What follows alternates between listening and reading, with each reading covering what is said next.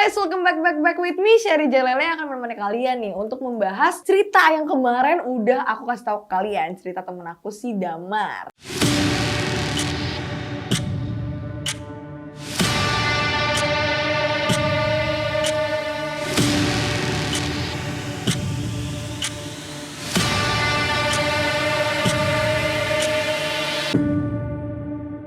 Aku mau ingetin lagi nih soal cerita yang kemarin. Pokoknya terakhir tuh aku ngomong bahwa si Pak Sarno ketemu dengan sosok yang diduga-duga adalah Pak Surah. Akhirnya dia kayak minta ampun gitu kan sama Pak Surah, kayak dia nggak tahu apa-apa.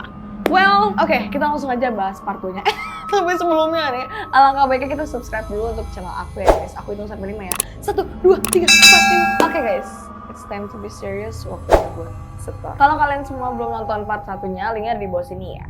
Mari kita mulai ceritanya. Jadi guys, akhirnya nih si Pak Sarno ini, nah di video sebelumnya itu kan aku bilang kalau misalnya Pak Sarno tuh akhirnya ketemu sama sosok yang berbobot besar badannya. Dan Pak Sarno ini akhirnya kayak minta ampun gitu kan sama si sosok itu. Dan udah nih, pas dia udah minta ampun kayak gitu, dia bilang lah pokoknya dia cuma jalanin tugasnya dia doang gitu. Dia masuklah ke kamarnya dia. Udah nih, teror dimulai di rumah itu. Pak Abdul, Bu Rita, dan Mira pun tidur beristirahatlah mereka di kamarnya masing-masing. Pas jam 00, si Bu Rita ini mengalami mimpi buruk guys. Dia bilang katanya pas dia mimpi itu, dia kebangun nih di mimpinya kan. Dia ngelihat itu pukul 00 tengah malam. Tiba-tiba tuh dia dengar ada suara orang nih main piano di kamar bawah. Di tempatnya, kayak tempat musik gitu loh, kamar ada musiknya gitu. Ya mengingat lagi Pak Surah ini kan orang kaya yang punya jiwa seni gitu loh. Seni musik, seni apapun itu, dia juga sering mengoleksi barang-barang antik ya kan. Udah nih si Bu Rita langsung bangunin lah si Pak Abdul kan, suaminya Ayangnya. Yang bangun deh, denger gak sih ada suara orang main piano? Si suaminya ini tiba-tiba gak bangun-bangun kan. Masihlah kedengeran tuh suara pianonya. Si Bu Rita ini langsung kayak, bodo amat lah, suamiku tidur mulu gitu kan, udah gak bisa diganggu. Akhirnya si Bu Rita ini kayak dengan rasa penasarannya dia, dengan keberaniannya dia akhirnya beranjak dari kasur, kesel gitu. Tengah malam tiba-tiba denger suara kan, kayak bangun dari tempat tidur kayak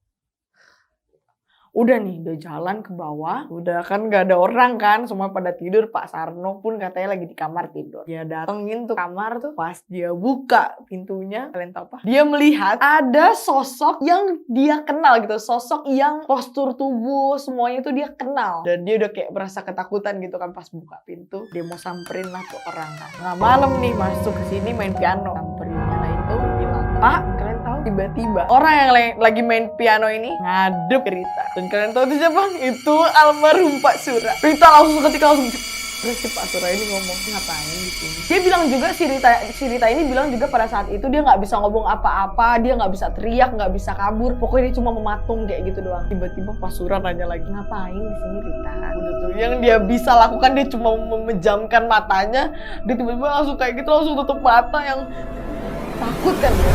Sekali deh pas dia buah mata hilang, ya udah depannya dia hilang, udah kagak ada orang apa-apa gitu kan. Udah tuh dia udah ketakutan, dia muter balik. Pas dia muter balik ada pocong Pak Surah depan mukanya ngomong kayak gitu, ngapain di sini Rita? Wah langsung lah dia kebangun gitu kan, kayak aku mimpi buruk. Langsung lah dia kan bangun keringetan gitu kan, ya orang mimpi abis mimpi buruk gimana sih. Dia langsung bangunin lah Ayangnya itu, yang bangun yang, ya Allah yang, ayo deh dia langsung ngomong ke suaminya si Pak Abdul. Pas dia lihat jam juga itu jam 00 guys, di waktu yang sama. Dia langsung bangunin si Pak Abdul, dia langsung, Ayang bangun ya, udahlah kita cari berkasnya sekarang aja gitu kan. Nah pas dia bangun nih kan, dia langsung bangunin tuh si Bu Rita kan udah bangun, dia bangunin suaminya gitu kan, Ayang. Pas dia lihat jam, waduh, jam 00 yang sesuai di mimpinya itu loh guys. Dia langsung bangunin kan suaminya, sampai bangun gitu. Dia bilang gini ke suaminya, udahlah kita cari aja surat-suratnya sekarang, ayo gitu kan. Abis itu suaminya bilang gini si Pak Abdul, lu ngapain sih harus bangun tengah malam ya? Tiba-tiba nih Bu Rita ngomong gini, besok mama ada urusan ya, pokoknya begitulah ya kurang lebihnya gitu kan. Langsung lah si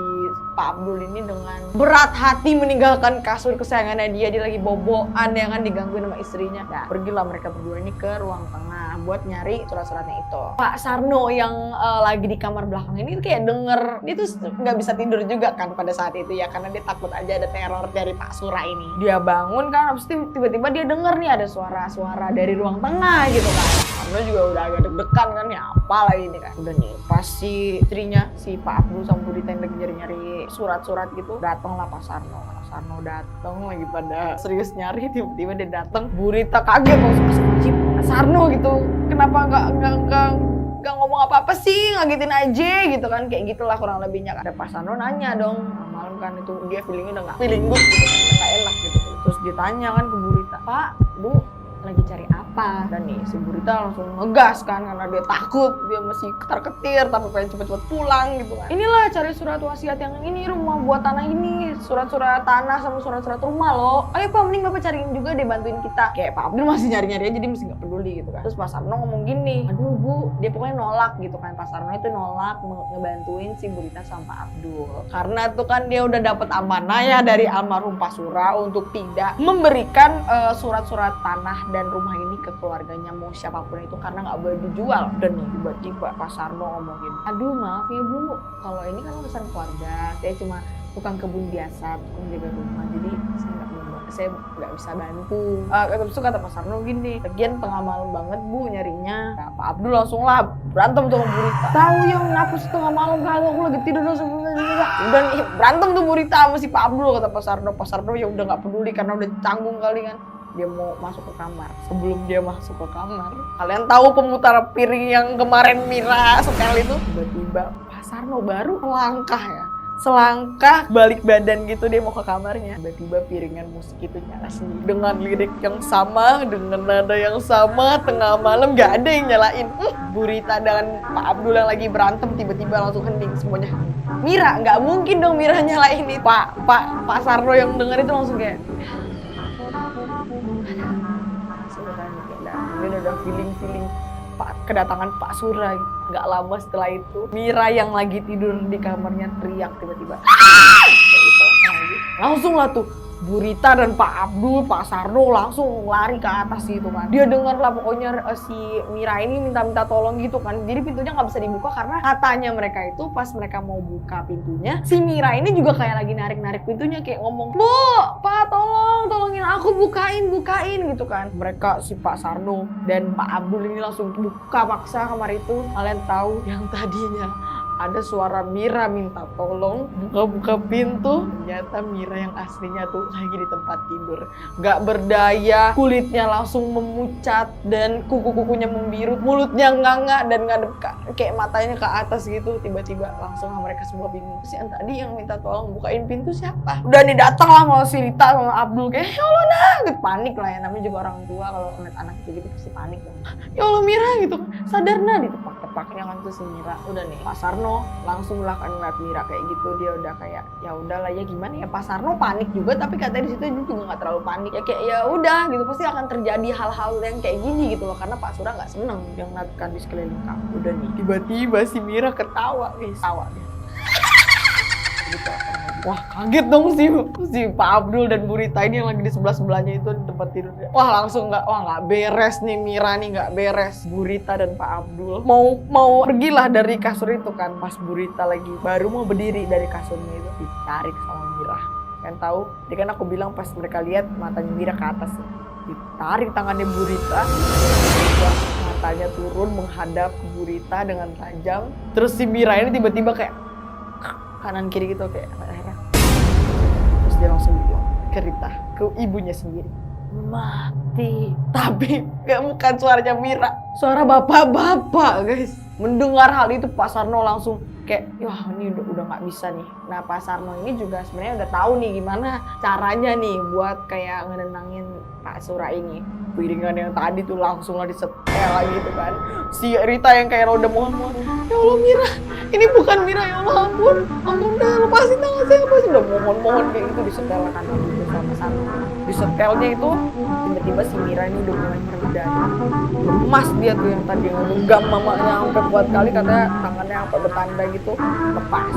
Udah nih Pak Abdul dan Bu Rita ini langsung narik si Mira ke pinggir gitu, kayak langsung sadar-sadar ngegotong dia. Langsung lah Pak Sarno ngomong, ya udah kita ke ruang tengah aja, udah jangan di sini. Udah kita ke ruang tengah tuh. Udah tuh berkumpul lah mereka kan akhirnya di ruang tengah, duduk lah mereka. Langsung lah kayak mereka masih keadaan panik, si Mira udah lemas banget ya, gimana ya, kayak orang kerasukan, setelah kerasukan pasti lemes kan. Terus habis itu Pak Sarno ngomong gini, sebelumnya maaf ya, pokoknya dia bilang ke Bu Rita dan Pak Abdul kalau misalnya emang benar sesuatu yang ada di sini merupakan almarhum Pak Surah. Langsung akan diceritakan kisah sebelum mereka datang gitu kan. Si Pak Sarno ngomong, sebenarnya Bu, Pak Surah ini udah ngeamanahin ke saya kalau misalnya tanah dan rumah ini tuh nggak boleh dijual, nggak boleh siapapun itu, mau keluarga, mau anak yang pertama, anak yang kedua. Makanya anak yang pertamanya itu yang aku ceritain kemarin nggak pernah kan minta surat-surat tanah atau surat-surat rumah gitu kan buat ngejual rumah ini, karena si anak pertama ini sebenarnya juga udah tahu kalau misalnya Pak Surah nggak mau rumah dan tanahnya itu dijual. Makanya kejadian-kejadian aneh tadi yang cukup seram itu sebenarnya amarah dari Pak Surah. Lihat tonton Pak Surah itu kan, udah. Terus Pak Sarno ngomong, Pak Surah tuh udah nggak seneng banget kalau misalnya ngedenger rumah ini mau dijual. Makanya tadi saya udah beresin rumahnya, tiba-tiba pas kalian dateng rumahnya berantakan lagi. Terus tiba-tiba ada kejadian main piano. Bu Rita, ya kan Bu Rita, Pak Sarno udah tahu ternyata guys. Udah nih, kayak gitu langsung lah mereka kayak ya udah kejadian ini, ya udahlah kita lupain aja dulu. Pergi tidur lah mereka kan, Pak Abdul, Mira, dan Bu Rita satu kamar tuh bertiga. Keesokan paginya akhirnya Bu Rita dan Pak Abdul, Mira ini ngomong ke Pak Sarno. Mereka udah packing barangnya gitu ya, udah packing barangnya. Dia bilang ke Pak Sarno, ya udah Pak, kita nggak jadi buat jual, akhirnya mereka nggak jadi ngejual rumah dan tanahnya. Terus dia bilang ke Pak Sarno, pokoknya jaga rumah ini, pokoknya dikasih amanah buat ngejaga rumah ini apa ada akhirnya ya, karena diteror kayak gitu ya mereka udah takut lah, gimana sih mesti mau lanjutin dijual, mau sampai Jakarta diteror. Udah kan, terus habis itu Pak Sarno ngelihat gitu kayak ada sosok di belakangnya mereka gitu, dan almarhum Pak Dira itu nongol di situ dengan keadaan muka yang hitam, yang terbakar, yang apa sih, lembut gitu, pocong gitu. Udah, mereka pergilah pulang tuh. Nah ceritanya udah selesai kan tuh dari Pak Sarno. Nah si Damar dan kawan-kawannya ini langsung kayak merinding mendengarnya. Apalagi mereka disuruh dengerin ceritanya tuh di teras rumah Pak Surah ini. Kalian inget kan? Diajak ke rumah Pak Surah, duduk di teras rumah Pak Surah. Merinding lah mereka gitu kan. Akhirnya tapi mereka tahu cerita latar belakang dari rumah pocong Surah ini. Karena mereka ngeliat pocongnya langsung ya ketar-ketir juga lah. Habis itu dia pamitan lagi sama Pak Sarno. Terus Damar dan kawan-kawannya balik nih ke rumah si Aki itu. Dia langsung cerita lah ke Aki. Aki, kita tadi habis ke rumah itu loh. Terus kita juga udah ketemu sama tukang kebunnya. Terus tukang kebunnya udah cerita panjang kali lebar soal rumahnya. Terus itu Akinya cuma yang kayak, oh ya udah deh, bagus kalau kalian udah pada tahu ya. Jadi jauh-jauh dari rumah itu. Maksudnya jangan macem-macem lah di rumah itu. Karena ada udah dari situ si Damar dan teman-temannya tuh lanjutkan risetnya mereka sama 7 hari di rumahnya si Aki ini. Terus baliklah mereka ke Jakarta dan menceritakan kejadian aneh itu kepada aku. Ternyata masih ada ya kayak cerita-cerita kayak gitu, apalagi di daerah-daerah Bandung Selatan atas. Dan ini real ya guys ya, tapi aku nggak bisa aku sebutin desanya di mana karena untuk menjaga lokasi rumahnya dan tempatnya ya adik-adik ya. Gimana menurut kalian cerita real story yang disampaikan kepada aku? Menurut kalian serem atau enggak? Waktunya berdiskusi dengan aku di kolom komentar. Kalau kalian suka konten-konten yang kayak gini, langsung aja request di bawah. Atau mungkin kalian punya cerita-cerita seram yang pernah kalian alami, langsung aja kalian komen di bawah. Atau mungkin bisa DM IG aku. Dan jangan lupa buat follow sosial media aku, TikTok, Instagram, dan Twitter aku di sini. Dan ya, I'll see you guys on the next video. Bye, back.